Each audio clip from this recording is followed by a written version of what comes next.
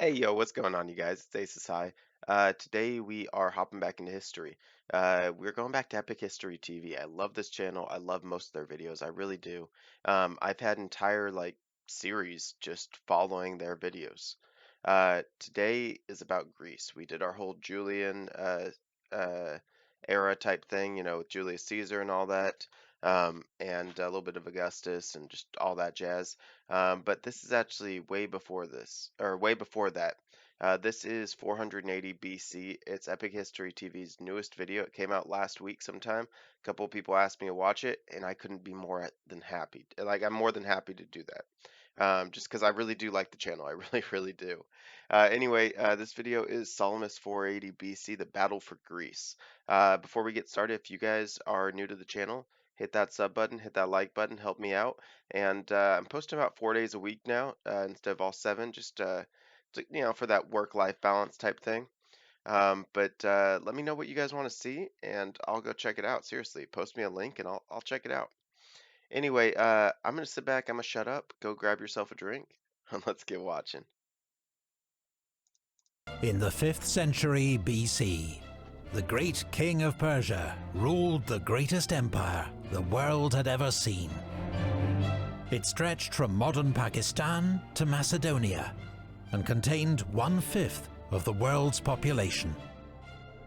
The Persian Empire was sophisticated, rich and all-conquering. And in 480 BC, King Xerxes led its mighty forces against Greece, a patchwork of tiny city-states that lay on the western fringes of his vast realm. He had decided to punish the Greeks for having dared to meddle in his affairs. But seeking vengeance, conquest and glory, he would find only disaster and death. Imagine a ship battle like that. That just seems rough. This video is sponsored by Historic Mail, a unique...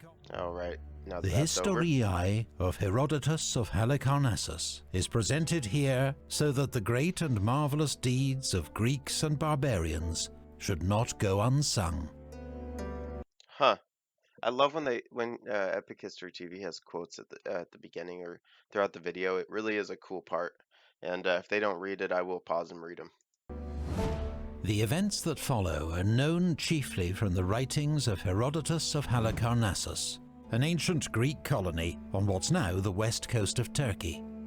About 30 years after the Persian invasion, Herodotus began his Historiae, his inquiries into its origins and course.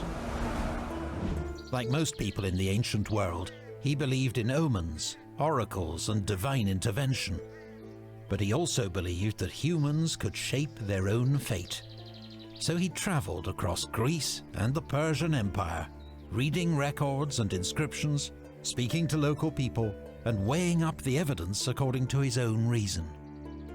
The Roman writer Cicero would later dub Herodotus the father of history. God, I love Cicero. I really do. War is the father and king of all. Some he has made gods, and some men, some slaves, and some free. The root of the conflict between Greece and Persia went back a generation. In the 6th century BC, King Cyrus the Great brought the Greek colonies of western Anatolia under Persian rule. Okay. But in 499 they rebelled and appealed to their fellow Greeks for aid. Only Athens and Eritrea answered the call. Together, the Greeks burned the provincial capital Sardis and its temple to the earth goddess Cybele. It seemed like a major victory, but the Persians responded with impressive speed, and the Greeks were soon in full retreat, back to the coast. It took the Persians 4 years to finally stamp out the revolt in western Anatolia. Then the great king Darius turned his attention to the Greeks across the sea, who dared to aid the rebels. He sent ambassadors to the many city-states of Greece, demanding earth and water as tokens of submission. Many submitted, but two did not. Athens, a young democracy fiercely protective of its liberty, and Sparta, a conservative, militarized state that took orders from no one. Both cities answered the great king by kicking his envoys down a well, where they were told they might find all the earth and water they required. Wow. In 490 BC, Darius dispatched a mighty expedition to bring the Greeks to heel. Naxos was the largest of several islands to submit. Eritrea was sacked and burned. Then the Persians landed at Marathon to mete out the same punishment to Athens. I'm not gonna lie, I really do like Epic History TV. I don't like this animation, the like fiery lightning thing as they move. I'd rather see ships move along, like they had before. I think that's definitely cool, or even just a nameplate or a faceplate moving along. This is interesting, it's cool, but I just don't think it fits very well. Athenian troops, with those of their small neighbor Plataea, met them on the beach. Though outnumbered 2 to 1, the Greek soldiers attacked. Their hoplite infantry fought with large, heavy shields and spears in a tight phalanx formation. The more lightly equipped Persians could not stand up to their onslaught. Look, if you're in the second row or third row, Persian you're sitting there troops were waiting for your slaughtered turn. on the beach.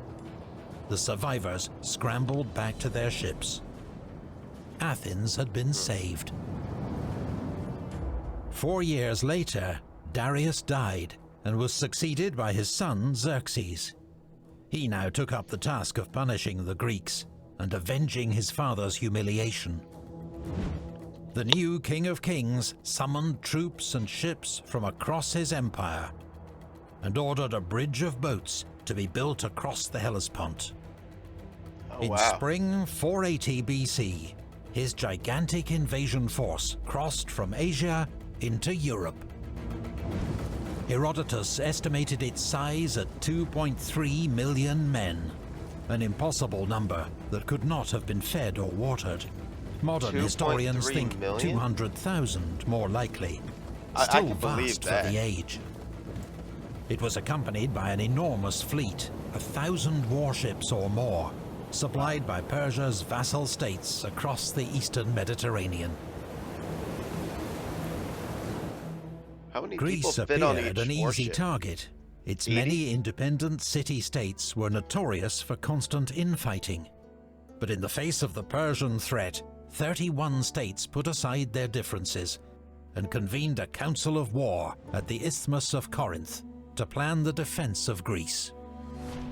These states were later commemorated on a giant serpent column at Delphi, the Greeks' most sacred site.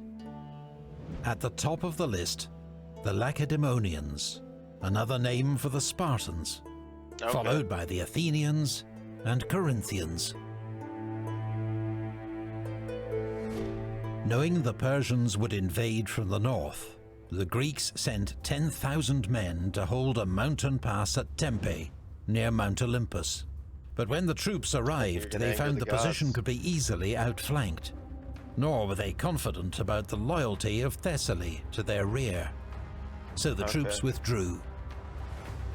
Instead, the Greeks would make their stand at Thermopylae, with 7,000 men led by the Spartan king Leonidas. The Greek fleet arrived at Artemisium to guard the sea flank. Like the alliance itself, the Greek fleet was an uneasy coalition, with ships from city-states like Athens and Aegina that had until recently been at war. The Athenian contingent was by far the largest. It only existed thanks to the discovery 3 years earlier of rich silver mines at Laurium. It had taken the foresight of Themistocles, an Athenian statesman and general, to persuade the people of Athens not to spend this windfall on cash handouts for themselves. Instead, he'd urged them to spend the money on a fleet of 200 triremes for their own future security. It was a decision that may ultimately have saved Greece. Athens, however, was so distrusted by other Greeks that they refused to serve under an Athenian admiral. So Themistocles tactfully accepted the appointment of a Spartan, Eurybiades, to lead the fleet, even though Spartans had no expertise in naval warfare. Spray flying from the oars, the fleets sweep together, ploughing through the swell, ram teeth bared. Both the Greek and Persian fleets relied on a single type of warship. I feel like there's not too many people on this warship. I thought that each of these ships held like 60 people or something. One that dominated naval warfare in the Mediterranean, the trireme. Sleek, agile and delicate, the trireme carried masts and sails for cruising. But in combat, these were lowered, and the ship relied on 3 banks of rowers, which gave the trireme its name. Okay, that's where everybody The is. ship They're down carried there rowing. 170 oarsmen in total, who could Wow. produce a top speed of around 10 knots. That's To impressive. smash their primary weapon, a bronze-sheathed ram, into the hull of an enemy ship, leaving it crippled. Boarding the enemy was another tactic.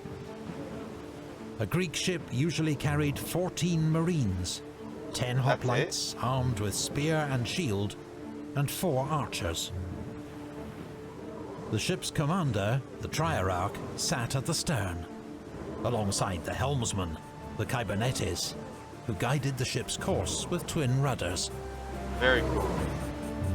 A boatswain and bow officer relayed orders to the oarsmen, while a piper helped them keep time. A carpenter and 10 sailors brought the ship's total complement to 200 men. Jesus Christ. Every ship had a name Huge.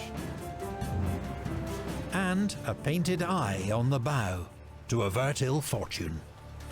Okay. Herodotus describes the Greek ships as more heavily built than the Persian ships, although in what way, we're not sure. He also tells us that Persian ships carried many more marines, 44 in total. Wow. That'd make them a little Here slower though. the from sons extra of weight. Athens set in place the bright foundation stone of freedom. While Leonidas and the Greeks held the pass at Thermopylae, the Persian fleet sailed south along the rugged coastline of Magnesia. But one night while at anchor, they were hit by a violent storm. Hundreds of ships were wrecked and damaged. Thousands of sailors drowned. They probably thought the gods did that. According to Herodotus, the Persians further weakened their force by sending 200 triremes around the island of Euboea to cut off the Greek retreat. But the entire squadron was destroyed by another storm. Wow. Herodotus offers little supporting evidence for this operation, which would have been extremely reckless, and some historians doubt it ever happened. Despite Persian losses, the Greeks still faced odds of nearly 3-1 at Artemisium. And they weren't just outnumbered. The Persian fleet was more experienced in naval warfare, particularly the elite squadron their from leader. Phoenicia in modern Lebanon. And their leader had more Nevertheless, naval experience. over 3 days of tense naval combat, the Greek fleet held its nerve and kept the Persians at bay. But at the end of the 3rd day, disastrous news arrived. Leonidas and the Greeks at Thermopylae had been encircled. The Spartan king and half his men had been killed. The pass had fallen. It seemed the efforts of the Greek fleet had been in vain. Central Greece and Athens itself now lay open to the Persian onslaught. As the Greek fleet withdrew, the Persians marched south, burning cities, farms and sanctuaries, though sparing Thebes, one of several Greek Why? city-states to side with Persia. Okay. To Athenian dismay, the Greek army, dominated by troops from the Peloponnese, gathered at the Isthmus of Corinth and began building a great wall to protect their own homes from the invader. Athens was to be abandoned. The Greek fleet began to evacuate civilians to Trezene Aegina, and Salamis. Pallas Athena cannot appease Olympian Zeus, but the wooden wall alone, the wooden wall shall stand. That's what they made their wall out of, wood? In the months before the Persian invasion, just burn it? the Athenians had sent a delegation to the Greeks' holiest shrine, the Oracle of Delphi, seeking guidance for the upcoming war. They'd received only a terrifying warning. "Why are you sitting there, you fools? Flee, flee to the ends of the earth." But a second oracle offered the Athenians a sliver of hope. Athens could trust in its wooden wall. A few Athenians thought the oracle referred to a thorn hedge that had once enclosed the city's Acropolis, its citadel, so they fortified themselves there. But when the Persians arrived, they were surrounded and slaughtered. Xerxes then burned Athens and its temples to avenge the destruction of Sardis 18 years before. Themistocles argued that Athens' wooden wall was her new fleet. But as Greek naval commanders met at Salamis in mid-September, the situation looked grim. A king of Sparta was dead, Athens was burning, the Greek alliance was on the brink of collapse. Themistocles was desperate to stop the Peloponnesian ships retreating to the isthmus. He warned them that the enemy's greater numbers and faster ships meant the Greeks would be defeated if they fought on the open sea. True. But in the narrow straits of Salamis, with less room to maneuver, the Persians wouldn't be able to exploit their greater numbers, and the heavier Greek ships had the advantage. I like that. Themistocles even warned the other Greeks that if they retreated now, the Athenian ships would quit the alliance and sail to Italy. So the fleet commander Eurybiades accepted Themistocles' plan. But Themistocles worried that the Peloponnesians would change their minds. Secretly, he ordered a trusted servant to go to the Persian camp, to tell Xerxes that the Greeks were in a state of terror and would flee at first light. Just 8 miles away at Phaleron, the great king sought the counsel of his generals and admirals. All advised him to attack the Greeks immediately to win the final victory that would end the war. All except Queen Artemisia of Halicarnassus, commanding 5 ships from Caria. Why risk battle, she argued, when the great king had only to threaten southern Greece by land or sea, and the Peloponnesians would rush home to defend their land, and the Greek alliance would split. Then victory was certain. That's a good point, but if you send the troops away... Xerxes sought the glory of battle, and was confident of an easy victory. Really? Then Themistocles' messenger arrived, telling the king exactly what he wanted to hear. The Greeks were terrified and preparing to flee. He must strike immediately. Xerxes ordered the Persian fleet to sea that night, so they would be in position to annihilate the Greeks as they tried to escape at dawn. Meanwhile, at the Greek camp, an Athenian named Aristides arrived with sacred relics from Aegina to inspire the fleet. He also brought news that the enemy had put to sea and blocked the straits. Themistocles' ruse had worked. Retreat was no longer an option. The Greeks would have to fight at Salamis. O divine Salamis, you will be the death of mother's sons. The earliest surviving accounts of the battle that followed, by Herodotus and the Athenian playwright Aeschylus, are sometimes vague and allow different interpretations, but they are detailed enough to allow us to reconstruct the most likely course of events. That'd be cool to read. The Persian fleet put to sea at night, around 600 triremes, outnumbering the Greeks 3-2. See, I love animations like this instead of the lightning. Expecting hard fighting at the entrance to the strait, they landed 400 soldiers on the tiny island of Psytalia. Their role was to finish off any shipwrecked Greeks who made it to shore. Then, keeping close to the mainland, the Persian fleet silently advanced into the narrow strait, the elite Phoenicians leading the way. According to a later Greek historian, Diodorus Siculus, the Persians also sent an Egyptian squadron around Salamis to cut off any Greek escape into the Gulf of Megara. Really? But this All by event is not itself? mentioned in earlier sources, and may be an Okay. invention. I was gonna say that doesn't make At much dawn, sense. Xerxes arrived at an observation post overlooking the strait. The great king was confident that his presence would inspire his captains to fight with more determination than they'd shown at Artemisium a few weeks before. He was accompanied by scribes, ready to note down the names of captains who fought well, and those who did not. The Persian fleet lined the Interesting. northern side of the strait, ready to hunt down Greek ships as they fled. What they saw instead was 368 Greek triremes emerging from the bays of Salamis, ready to fight. They formed a line of battle, with the best squadrons on each flank. On the left, the Athenians. On the right, the Aeginetans. Huh. As they rode, they sang paeans, Greek hymns of battle. At first they held formation, perhaps waiting for the morning breeze to blow at their back, or for more Persians to crowd into the strait. Then a Greek ship saw an opening and attacked. Soon both fleets were I love fully the animation. engaged. I really do. The battle became a chaotic mass of ships, Whoa. wheeling, weaving, looking for a chance to ram an enemy and avoid the same fate themselves. In the narrow strait, the Persian squadrons became increasingly disordered.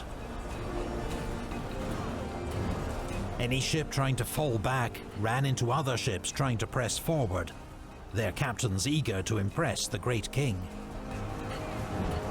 What's more, the Persian oarsmen had been rowing all night and soon began to tire. The Greeks were fresh and fighting for their freedom. Okay. The makes Phoenician sense. squadron suffered heavy losses at the hands of the heavy Greek triremes. Some Phoenician captains, who'd abandoned their ships and made it to shore, were brought before Xerxes. They blamed the unfolding disaster on the cowardice of their allies, the Carians and Ionians. Just at that moment, Xerxes saw an Ionian ship ram an Athenian trireme, before it was rammed in turn by an Aeginetan ship. Undaunted, Yeah, and the he probably Ionian said, marines counterattacked, boarding and taking the Aeginetan ship. Yeah, I guess that proves After it's not all observing this them, huh? evidence of Ionian bravery, Xerxes ordered that the Phoenician captains be taken away and executed. Wrecked ships, floundering men and corpses clogged the strait, as the battle turned decisively against the Persians. Aeschylus, the playwright, who almost certainly fought in the battle, compared the Greeks killing Persians to fishermen spearing tuna. Wow. As Persian ships tried to escape, they were hit in the flank by the Aeginetans, who distinguished themselves above all other Greeks that day. I can see that by hitting Queen the flank heavy. Artemisia was among those trying to escape the slaughter, with an Athenian trireme in hot pursuit.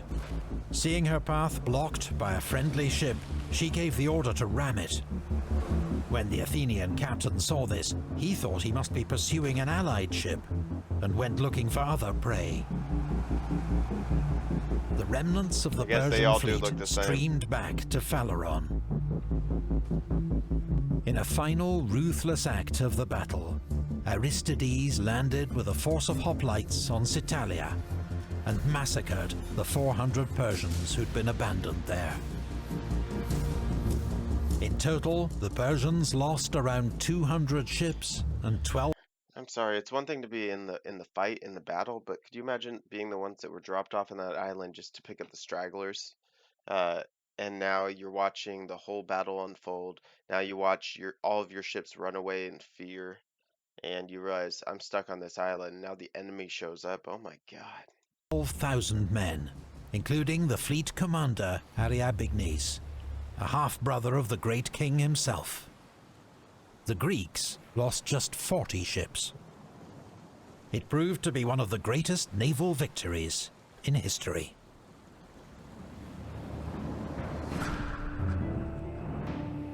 Our land bewails the men she bore, slaughtered for Xerxes, who has fed hell's hungry jaws with Persian dead. Wow. The Greeks had inflicted a humiliating defeat on Xerxes and ended all hopes of an easy conquest. Now the king heeded Queen Artemisia's advice and ordered his general Mardonius to continue the campaign in spring, while he returned to Asia with the bulk of his army. If Mardonius was victorious, Artemisia had told him, the glory would belong to Xerxes. If Mardonius was defeated, the blame belonged to Mardonius. Wow.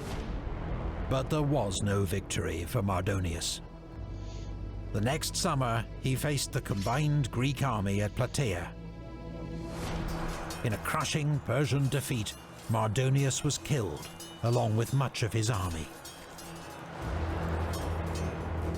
On the very same day, according to Herodotus, the Greek fleet inflicted another heavy defeat on the Persians at Mycale. The threat of Persian invasion was over. In the years that followed, the Greek counterattack would begin, led by a new Greek alliance, the Delian League. Salamis has been credited with more significance than almost any other battle in history.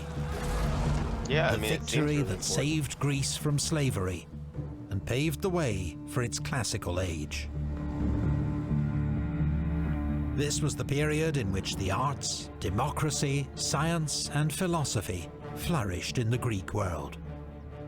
Thus, Salamis has been hailed as the battle that saved the cradle of Western civilization. It's a dramatic argument that can be overstated. Greek defeat would not necessarily have led to the extinction of Greek culture. And though 5th century Athens was a revolutionary, pioneering experiment in democracy, it's not the sole blueprint on which modern democracy is based. Nevertheless, Salamis remains a decisive battle and a turning point of history. And thanks to I just went ahead and looked it up too, and it looks like a little over 100 years from now is when Alexander the Great did his thing, and then his father Philip, or his uncle Philip, I think his father Philip of Macedonia was just before him, so that would be less than 100 years. So basically, this battle held Greece, and then moved them into, like they said, the classical age, and then that's when all of that started to happen. It's actually incredible. It really is. To Herodotus, it survives as one of history's oldest examples of a heroic struggle against the odds and struggle for freedom. This is actually something I've already watched. If you guys want to watch it, I did watch the Alexander the Great series by Epic History TV. I absolutely loved it. Uh, it was something that I had little to no knowledge about. Like, don't get me wrong, I know a little bit about Julius Caesar, I know something about World War One, I know something about, just all these different wars, but when it came to Alexander the Great, I knew almost nothing about the man. Um, so it was a fun series, it really was. That being said, I think I might hop into World War Two. There's so many good World War Two series out there. Does anybody have any good recommendations? Um, because I want to not only move through World War II, but I want to see some unique videos about World War II, you know? Anyway, hope you guys dug it. Till next time, this is Decisive. I love y'all. I'm out.